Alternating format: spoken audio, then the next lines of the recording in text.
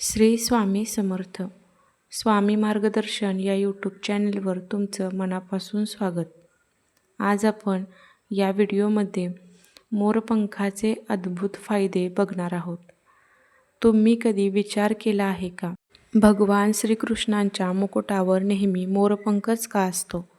कारण मोरपंख हे सौंदर्य, पवित्रता, नम्रता आणि सकारात्मक ऊर्जेचे प्रतीक मानले जाते. आपल्या धर्मग्रंथात आणि परंपरेत मोरपंखाला विशेष महत्त्व दिले गेले आहे. म्हणूनच भगवान श्रीकृष्णांनी ते आपल्या मुकुटात धारण केलेले आहे. आजच्या या व्हिडिओमध्ये आपण मोरपंखाचे धार्मिक, पारंपरिक आणि वास्तुशास्त्रानुसार सांगितलेले अद्भुत फायदे जाणून घेणार आहोत. यामुळे व्हिडिओ शेवटपर्यंत नक्की बघा. तुमच्या घरामध्ये काही प्रॉब्लेम असतील तर मोरपंख कुठे आणि किती संख्येत लावायचे याबद्दल मी तुम्हाला माहिती सांगणार आहे. पती पत्नीमध्ये भांडणे होत असतील, वादविवाद होत असतील, दोघांचं पटत नाही किंवा मतभेद होतात, असा काही प्रॉब्लेम असेल तर बेडरूममध्ये मोरपंख लावायचे आहेत. तर ते किती लावायचे आहेत? तर बेडरूममध्ये ज्या ठिकाणी डोक्याची बाजू येते, म्हणजे झोपल्यानंतर ज्या दिशेला आपलं डोकं होतं त्या दिशेच्या भिंतीवरती वरच्या साईडला आपल्याला 2 मोरपंख लावायचे आहेत.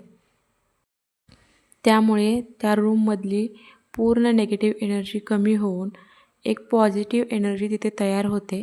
त्यामुळे दोघांमधील मतभेद, भांडणे हे कमी होण्यास मदत होते.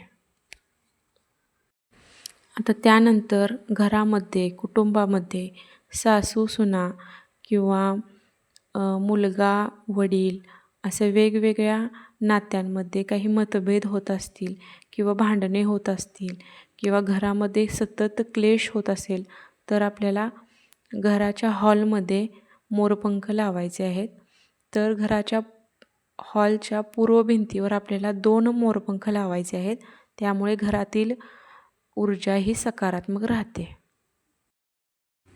काही ठिकाणी घराचा मुख्य दरवाजा चुकीच्या दिशेला असतो, काही कारणास्तव तो चुकीच्या दिशेला झालेला असतो.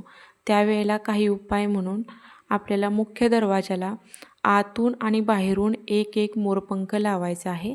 त्यामुळे तिथे जो तयार होणारी जी निगेटिव्हिटी आहे किंवा वास्तुदोष आहे मुख्य दरवाजामुळे तो कमी होण्यास मदत होते. तर काही ठिकाणी लहान मुलांचं जे शाळेत जातात त्यांचं मन एकाग्र होत नाही, अभ्यासात लक्ष लागत नाही, अभ्यास करावासा वाटत नाही किंवा केलेला अभ्यास लक्षात राहत नाही. त्यासाठी काही उपाय म्हणून आपल्याला लहान मुलं किंवा शाळेत जाणारी जी मुलं आहेत किंवा मोठी मुलंही असतील, ती ज्या ठिकाणी अभ्यासाला बसतात, जिथं त्यांचा स्टडी करण्याचं ठिकाण आहे, त्या ठिकाणी आपल्याला मोरपंख लावायचे आहे. तर ते कसे लावायचे? मुलं ज्या ठिकाणी अभ्यासाला बसतात त्यांच्या समोरच्या भिंतीवरती आपल्याला 2 मोरपंख क्रॉस करून ते 2 मोरपंख तिथे लावायचे आहेत. जेणेकरून तिथे अशी एक एनर्जी निर्माण होते. त्यामुळे मुलांचं मन एकाग्र होतं आणि केलेला अभ्यासही लक्षात राहतो आणि मन लावून मुलं अभ्यास करतात.